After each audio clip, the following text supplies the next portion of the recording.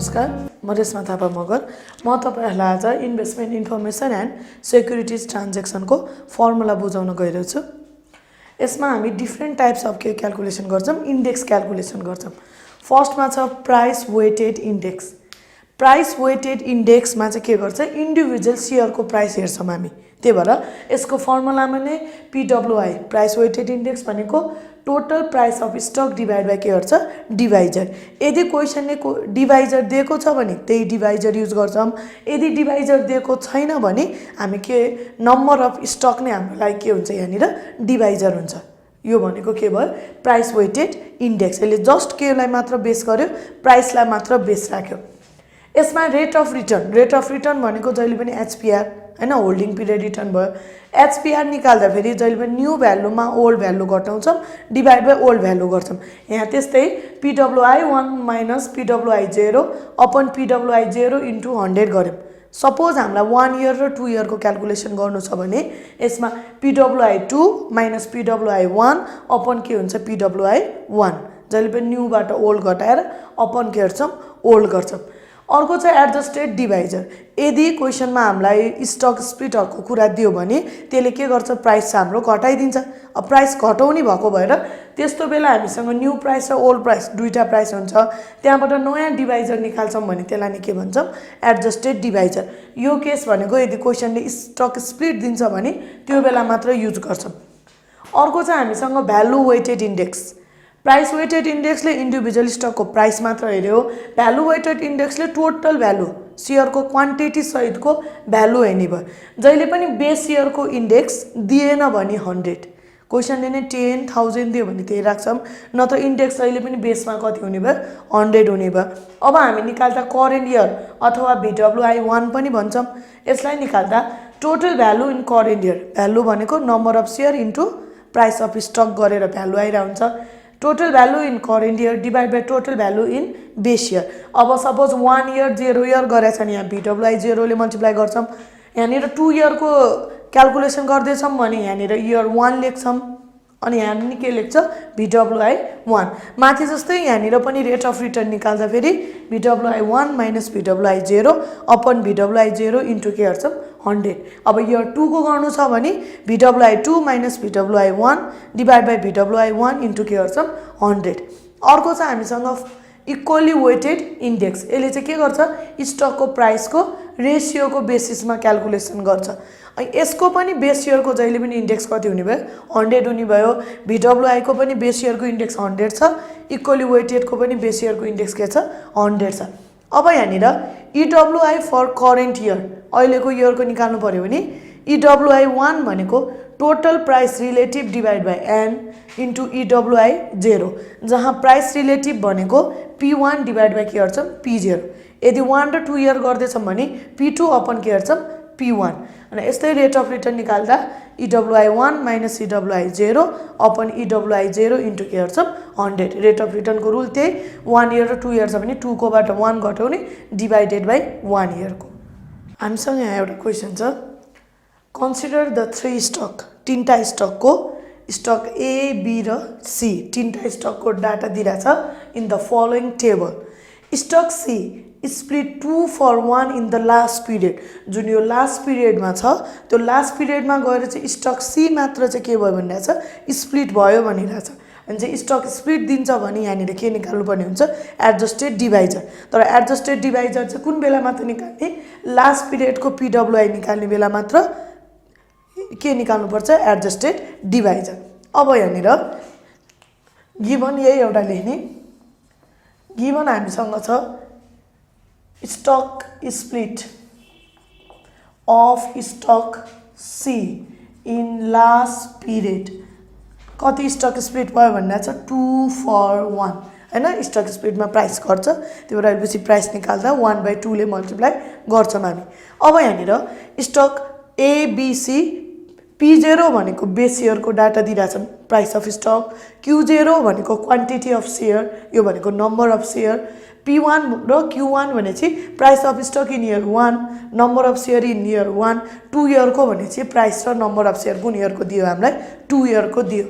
A नम्बरमा calculate rate of return on a price weighted index on the 3 stock for the first period rate of return निकाल्नु पर्यो कुन बेसिसमा price weighted इन्डेक्सको बेसिसमा first इयरको भनेपछि अब रेट अफ रिटर्न निकाल्न सोध्छ भने सुरुमा हामी के निकाल्नै पर्ने हुन्छ इन्डेक्स निकाल्नै पर्ने हुन्छ त्यही भएर हामी यहाँ के गरौँ स्टक हामीसँग तीनटा छ ए बी र सी हैन अब यहाँनिर P0 प्राइस वेटेड इन्डेक्समा प्राइस मात्र चाहिने भएको भएर प्राइस मात्र युज गरौँ 90 50 100 अर्को छ P1 रुपीज 95 45 110 अर्को छ P2 रुपीज 95 45 र 55 यसलाई टोटल गर्दा हाम्रो आयो 240 यसको टोटल समेसन P1 छ हामीसँग 250 र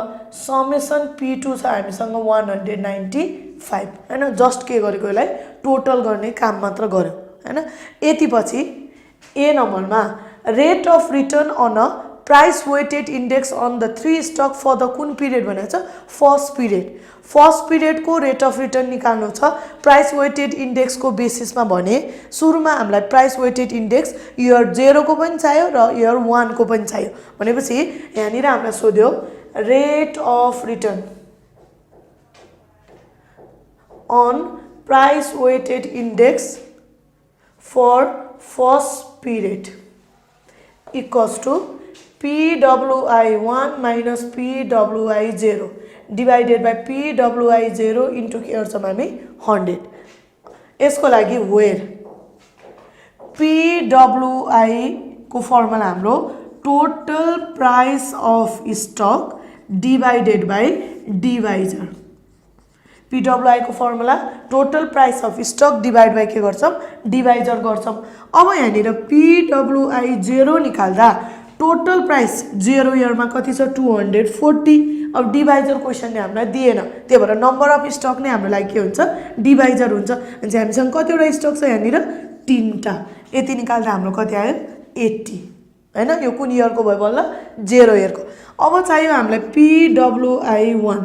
PWI1 को लागि टोटल छ 250 डिवाइडेड बाइ 3 यो गर्दा फेरि हाम्रो आउँछ 83.333 हैन यसरी आयो अब माथि लगेर भ्यालु राखौं PWI1 भनेको हामीसँग छ 83.33 माइनस PWI0 भनेको छ 80 निकालेको छौं डिवाइडेड बाइ के छ 80 into 100 अब यो गर्दा फेरि हाम्रो क्याल्कुलेसन आयो 4.16% यो के आयो रेट अफ रिटर्न यहाँ हामीलाई बी नम्बरमा सोधेको छ what must to the divisor for the price weighted index in year के भनेछ 2 हामीलाई यहाँ लास्ट पिरियडमा चाहिँ के भयो भनेछ स्टक स्प्लिट भएपछि प्राइस के हुन्छ घट्छ त्यसको लागि डिवाइजर चाहिँ कति हुनुपर्छ भनेछ अब के हुन्छ नि यहाँनिर स्टक सी मा P1 पहिला थियो 10 थियो अब यसलाई स्टक स्प्लिटको इफेक्ट देखिसकेको छ इयर 2 मा भनेपछि हामीले के गर्नुपर्छ भने लास्ट पिरियडमा स्टक स्प्लिट भने पनि हामी अब प्राइस केलाई चाहिँ डिवाइजर निकाल्न थाल्छौं 1 इयरलाई हैन 2 इयरमा चाहिँ हामीलाई लास्ट पिरियड अथवा इयर 2 मा चाहिँ के भनेको छ स्टक स्प्लिट भयो भनेछ हैन तर अब हामीलाई एडजस्टेड डिवाइजर चाहिन्छ त्यही भएर एडजस्टेड डिवाइजर निकाल्दा चाहिँ के गर्छौं 2 इयरमा स्प्लिट भने पनि हामी केलाई बेस मान्दै हिसाब गर्छौं अब 1 इयरबाट चाहिँ एडजस्टेड डिवाइजर निकाल्छौं यदि हामीलाई इयर 1 मा चाहिँ स्टक स्प्लिट भनेको थियो भने हामीले कुनलाई बेस मानेर डिवाइजर निकाल्नु पर्ने हुन्थ्यो 0 इयरलाई बेस मान्नु पर्ने हुन्थ्यो अब यहाँनिर लास्ट पिरियड इयर 2 मा चाहिँ स्टक स्प्लिट भनेको छ त्यही भएर हामी एडजस्टेड डिवाइजर निकाल्दा चाहिँ कुन इयरको प्राइस हेर्छौं 1 इयरको प्राइस हेर्छौं अब बी नम्बरमा हामीलाई सोध्यो adjusted divisor for year 2 adjusted divisor for year 2 यसको फर्मुला छ old divisor into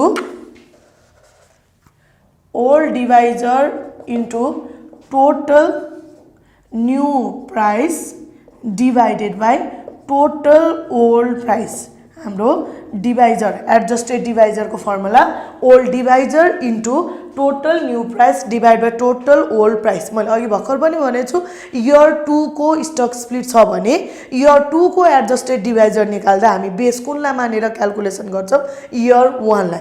अब यहाँनिर हामीसँग अघिदेखि युज गरिरहेको ओल्ड डिभाइजर छ 3 हैन, हामीले कति युज गरेको छौँ ओल्ड डिभाइजर दुईटै केसमा 3 युज गरिरहेछौँ into total new price divide by के छ टोटल ओल्ड प्राइस। अब हामी 1 इयरको प्राइस लिन्छौँ भनेपछि 1 इयरमा ए को प्राइस थियो 95, बी को प्राइस थियो 45, सी को प्राइस थियो 110 हैन। ओल्ड प्राइस भनेपछि एज इट इज जे छ त्यही युज गर्छौँ भनेपछि ए को 95, बी को 45 र सी को 110। स्टक स्प्लिट हामीलाई ए र बी को होइन जस्ट स्टक कुनको मात्र भनेको छ सी को मात्र भनेछ भनेपछि हामी स्टक ए र स्टक बी को प्राइसलाई चलाउँदैनौँ, यो एज इट इज जे छ त्यही राख्छौँ भनेपछि स्टक ए को प्राइस 95 नै, बी को प्राइस 45 नै प्लस अब सी को प्राइसलाई मात्र के गर्नु पर्यो स्टक स्प्लिट। अब स्टक स्प्लिट 2 for 1 भनेको भएर अब यसलाई हामीले केसँग मल्टिप्लाई गर्छौँ 1/2 ले हैन। स्टक स्प्लिटमा प्राइस घट्छ त्यही भएर अब केले मल्टिप्लाई गर्छौँ 1/2 या 2 for 1 भनेको भएर भनेपछि हामीसँग पुरानो प्राइस 110 थियो। अब यो स्प्लिट भयो भनेपछि यसलाई के गर्नु पर्यो इन्टु 1/2 सी को मात्र स्टक स्प्लिट भएको भएर सी लाई मात्र के गर्यौँ हामीले मल्टिप्लाई गरेर राख्यौँ। अब यति गर्दा फेरि हाम्रो एडजस्टेड डिभाइजर आउँछ 2.34। अघिसम्म डिभाइजर 3 थियो, अब स्टक स्प्लिटको कारणले डिभाइजर कति आयो 2.34 र अब इयर 2 को लागि हामीलाई पिडब्लुआई निकाल्दा फेरि हामी डिभाइजर कुन युज गर्छौँ 2.34। अब यहाँ सी नम्बरमा calculate the rate of return on a price weighted index for the second period. Second पिरियडको चाहिँ के निकाल्नु छ रेट अफ रिटर्न। अघि फर्स्ट पिरियडको निकाल्दा 1 र 0 को डाटा लियौँ, अब सेकेन्ड इयरको गर्दा 2 र कुनको डाटा लिन्छौँ 1 को। 1 को निकालिसकेका छौँ, अब 2 को गर्दा फेरि यहाँनिर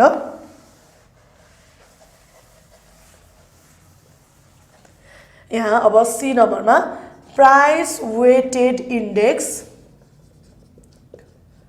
फर इयर 2 यो PWI2 निकाल्दा के गर्छौँ हामी टोटल प्राइस अफ स्टक। अब यहाँनिर डिभाइड बाई डिभाइजर मात्र नभइकन के हुन्छ हामीसँग एडजस्टेड डिभाइजर किनभने 2 मा हाम्रो डिभाइजर नयाँ आइसकेको छ। टोटल प्राइस अफ स्टक अघि टोटल गरिसकेका छौँ 195 डिभाइड बाई हामीसँग एडजस्टेड डिभाइजर छ 2.34 हैन। यति गर्दा फेरि हाम्रो आउँछ 83.333। अब rate of return on PWI for कुन पिरियड सोध्यो सेकेन्ड पिरियड। सेकेन्ड पिरियडको अब रेट अफ रिटर्न निकाल्दा रेट अफ रिटर्न निकाल्नको लागि कुन युज गर्छौँ PWI 2 minus PWI 1 divided by PWI 1 into के गर्छौँ 100। पिडब्लुआई 2 हामीले निकालेको छौँ 83.333 माइनस 1 इयरको पिडब्लुआई कति छ हामीसँग 83.33 नै छ डिभाइडेड बाई 83.33 गर्दा फेरि यो कति पर्सेन्ट आयो 0%। यो जहिले पनि 0 आउँछ भन्ने हुँदैन, यो केसमा चाहिँ ठ्याक्क एक्ज्याक्टली कति आयो 0%। अब हामीलाई डी नम्बरमा के सोधेको छ रेट अफ रिटर्न हैन for the second period under कुन बेसिस भनेको छ भ्यालु वेटेड इन्डेक्स। अघि प्राइस वेटेड इन्डेक्समा rate of return adjusted divisor फेरि रेट अफ रिटर्न निकाल्यौँ। डी नम्बरमा हामीलाई भ्यालु वेटेड इन्डेक्सको बेसिसमा rate of return for the only कुन पिरियड फर्स्ट पिरियड। सेकेन्ड पिरियडको सोधेन, जस्ट कुन पिरियडको सोधेको छ फर्स्ट पिरियड भनेपछि फर्स्ट पिरियडमा अघि पिडब्लुआई 1 र पिडब्लुआई 0 युज गरे जस्तै अब भ्यालु वेटेड इन्डेक्सको रेट अफ रिटर्नमा नि हामी के युज गर्छौँ पहिला पिडब्लुआई 1 र पिडब्लुआई 0। अब पिडब्लुआई 0 त जहिले पनि 100 नै हुन्छ। अब हामीलाई क्याल्कुलेसन गर्नुपर्ने हुन्छ पिडब्लुआई 1। अब यसको लागि फेरि हामी के गर्छौँ टेबल बनाउँछौँ। यहाँनिर हामीलाई सोधे चाहिँ के डी नम्बरमा rate of return on VWI for first period. यसको formula VWI1 minus VWI0 divided by VWI0 into के गर्छौं 100 where अब जहिले पनि के याद गर्नु पर्यो भने VWI0 value weighted index 0 year को जहिले पनि कति हुन्छ 100 हैन इन्डेक्स यदि क्वेशनले दिन्छ भने त्यही राख्छौं दिदैन भने हाम्रो बेस इयर को भ्यालु वेटेड इन्डेक्स कति राख्छौं 0 राख्छौं अब यहाँ टेबल बनाऊ यहाँ टेबलमा छ स्टक ABC अब P0 छ हामीसँग रुपीस 90 50 र 100 यस्तै Q0 छ 100 200 र 200 अब भ्यालु वेटेड इन्डेक्स को लागि हाम्रो टोटल भ्यालु चाहियो जुन हाम्रो कसरी हुन्छ P0 into Q0 गर्दा हैन अब यस्तै P1 छ हामीसँग रुपीस 95 45 र कति छ लास्टमा 110 र Q1 छ हामीसँग 100 200 र कति 200 यो गर्दा P1 into के निकाल्छौं Q1 हैन हामीलाई के चाहियो P0 र Q0 दिइराछ अर्को P1 र के दिइराछ Q1 अनि त्यो मल्टिप्लाई गर्दा बल्ल हाम्रो के हुन्छ टोटल भ्यालु भने चाहिँ 90 into 100 मल्टिप्लाई गर्दै राखौं यो आयो 9000 50 into 200 गर्दा यो आयो 10000 100 into 200 गर्दा फेरि यो कति आयो 20000 यो गर्दा हाम्रो समेसन P0 into Q0 भनेको कति आउँछ 39000 हैन P0 into Q0 गर्दा कति आयो 39000 अब यस्तै P1 छ 95 Q1 छ 100 भनेपछि 100 into 95 गर्दा 9500 45 into 200 गर्दा 9000 110 into 200 गर्दा 22000 अब यसको टोटल आयो 40500 हैन इयर 0 को पनि निकाल्यौं 1 को पनि यदि rate of return second period को भनेको भए यस्तै गरेर P2 into Q2 गर्थ्यौं अब फर्स्ट पिरियड को मात्र सोधेछौं त्यही भएर P0 को र P1 को मात्र के युज गर्दैछौं भ्यालु युज गर्दैछौं अब यहाँनिर VWI1 भनेको total value in year 1 divided by total value in year 0 into VWI0 अब यहाँनिर टोटल भ्यालु इन इयर 1 भनेको यो टोटल भ्यालु कति निकाल्यौं हामीले टोटल 40500 डिवाइड बाइ 0 इयर को भ्यालु छ हामीसँग 39000 इन्टु VWI0 जहिले पनि कति हुन्छ 100 यो गर्दा फेरि हाम्रो आयो 103.85 हैन यो के आयो इन्डेक्स अब त्यहाँनिर भ्यालु पुट गरौँ VWI1 निकाल्यौं हामीले 103.85 0 इयर को जहिले पनि 100 डिवाइडेड बाइ 100 इन्टु 100 गर्दा हाम्रो रेट अफ रिटर्न कति पर्सेन्टेज आयो 3.85%। अब यो के को बेसिसमा थियो भ्यालु वेटेड इन्डेक्स को। अब ई नम्बरमा हामीलाई सोधेको छ calculate rate of return for the कुन पिरियड फेरि फर्स्ट पिरियड अन्डर कुन बेसमा भनेको छ इक्वली वेटेड इन्डेक्स भनेपछि अब rate of return equally weighted index को भनेपछि हामीले सुरुमा के निकाल्नु पर्ने हुन्छ इक्वली वेटेड इन्डेक्स पहिला EWI नै निकाल्नु पर्यो VWI जस्तै EWI मा पनि बेस इयर को इन्डेक्स अहिले पनि कति हुन्छ 100।